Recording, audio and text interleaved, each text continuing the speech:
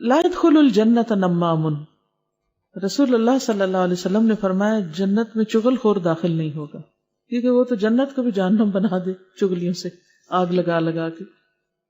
عن عبد اللہ بن مسعود قال ان محمدا صلی اللہ علیہ وسلم قال الا انبئکم ما العزہ هي النميمة القالة بين الناس وفي رواية النميمة التي تفسد بين الناس. سیدنا عبداللہ بن مسعود سے روایت ہے کہ بے شک محمد صلی اللہ علیہ وسلم نے فرمایا کیا میں تمہیں یہ نہ بتاؤں کہ العدھ کیا چیز ہوتی ہے؟ العدھ کیا چیز ہے؟ اس سے مراد وہ چغلی ہے جو لوگوں کے درمیان نفرت پیدا کر دے، اور ایک روایت میں ہے وہ چغلی جو لوگوں میں فساد پیدا کر دے. عیب جوئی.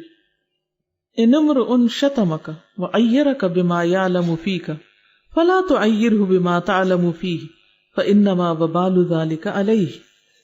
رسول اللہ صلی اللہ علیہ وسلم نے فرمایا اگر کوئی شخص تمہیں برا بھلا کہے اور تمہیں تمہاری کسی بات پر جو وہ جانتا ہو آر دلائے تو تم اس کے عیب پر جو اس میں ہو اسے آر مت دلانا، بلا شبہ اس کا وبال اسی پر ہوگا.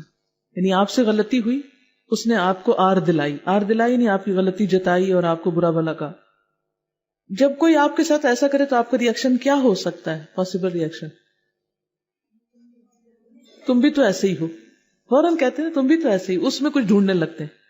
فرمایا کہ جس نے تمہارے ساتھ ایسا کیا تم جواب میں ویسا مت کرو، تم مت تانا دو کہ تم بھی تو ویسے ہی ہو، تو بلا شبہ اس کا وبال اسی پر ہوگا جس نے تمہیں برا بھلا کہا، ورنہ یہ کہ بات دنیا میں برابر ہو جائے گی، بدلہ ہو جائے گا. قال رسول اللہ صلی اللہ علیہ وسلم اذا مات صاحبکم فدعوہ لا تقوا فیہ.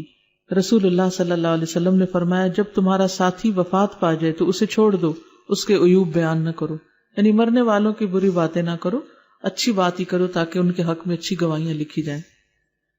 عن عائشہ رضی اللہ عنہا قالت قال النبی صلی اللہ علیہ وسلم لا تسبوا الاموات فانہم قد افضوا الى ما قدموا. سیدہ عائشہ سے مروی ہے رضی اللہ تعالی عنہا سے، کہتی ہے کہ نبی صلی اللہ علیہ وسلم نے فرمایا مردوں کو برا نہ کہو، مردوں کو برا نہ کہو کیونکہ انہوں نے جیسا عمل کیا اس کا بدلہ پا لیا، وہ اپنے مقام کو پہنچ گئے. تانا زنی. ویل لکل ہمزۃ لمزہ، بڑی ہلاکت ہے ہر بہت تانا دینے والے، بہت عیب لگانے والے کے لیے.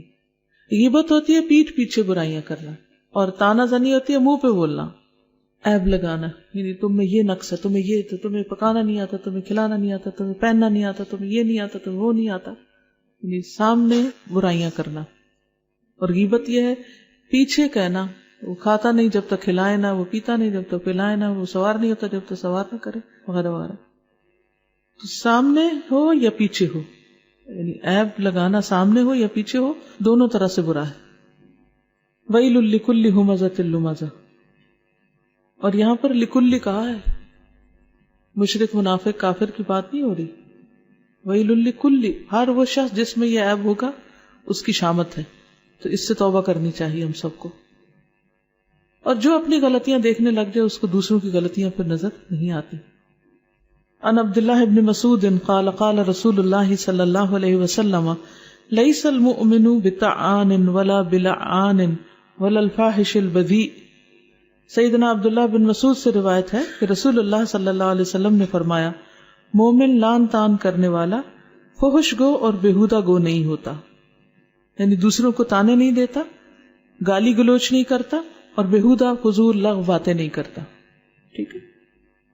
پھر ہے من لعن مؤمنا فہو کقتلہ ومن قذف مؤمنا بکفر فہو کقتلہ.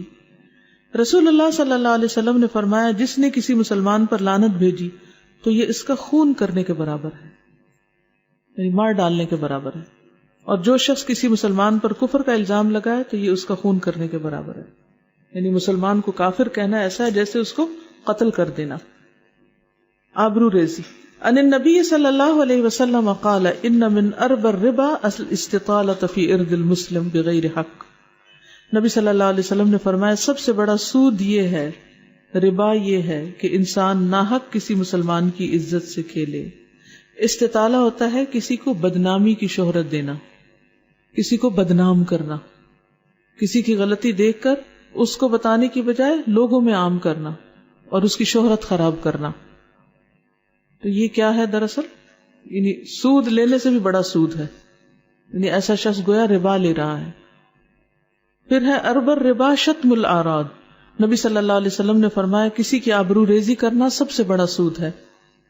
قال رسول اللہ صلی اللہ علیہ وسلم لما عرج بی ربی عز وجل مررت بقوم لهم اظفار من نحاس يخمشون وجوههم وصدورهم فقلت من هؤلاء يا جبريل قال هؤلاء الذين يأكلون لحوم الناس ويقعون في اعراضهم۔ رسول اللہ صلی اللہ علیہ وسلم نے فرمایا جب مجھے میرے رب عز وجل نے معراج عطا کی تو اس رات میں ایک قوم پر گزرا، ان کے ناخن تانبے کے تھے اور وہ ان ناخنوں سے اپنے چہرے اور اپنے سینے کھرچ رہے تھے، نوچ رہے تھے۔ میں نے کہا اے جبریل یہ کون لوگ ہیں؟ انہوں نے فرمایا یہ وہ لوگ ہیں جو لوگوں کا گوشت کھاتے ہیں اور ان کی عزت و آبرو کے درپے رہتے ہیں، یعنی دوسروں کو بدنما کرتے رہتے ہیں، بدنام کرتے رہتے ہیں، دوسروں کے عیب اچھالتے رہتے ہیں، مجالس میں ان کی برائیاں کر کر کے ان کو رسوا کرتے ہیں۔ لڑائی جھگڑا گالی گلوچ۔ ان ایاز بن حمار قال قال رسول اللہ صلی اللہ علیہ وسلم ان اللہ اوحى الی ان توادعوا حتى لا يبغي احد على احد ولا يفخر احد على احد فقلت یا رسول اللہ ارأيت لو ان رجلا سبني في ملأ هم انقص مني فرددت عليه هل علي في ذلك جناح؟ قال المستبان شیطانان یتہاتران ویتکاذبان۔ سیدنا ایاز بن حمار کہتے ہیں کہ رسول اللہ صلی اللہ علیہ وسلم نے فرمایا اللہ تعالیٰ نے وحی نازل فرمائی ہے کہ تواضع اختیار کرو، نہ کوئی کسی کے خلاف سرکشی کرے، نہ کوئی کسی پر فخر کرے۔ اس پر میں نے عرض کیا اے اللہ کے رسول، اگر کوئی مجھے ایسے مجمع میں گالی دے یعنی پبلکلی، جو لوگ حیثیت میں مجھ سے کم ہوں، یعنی فالوورز ہوں یا ویسے رتبے میں یا جاہ میں کم ہوں، اس پر میں اسے جواب دوں تو کیا اس پر بھی مجھے گناہ ہوگا؟ یعنی میں بھی بدلہ اگر پبلکلی لوں؟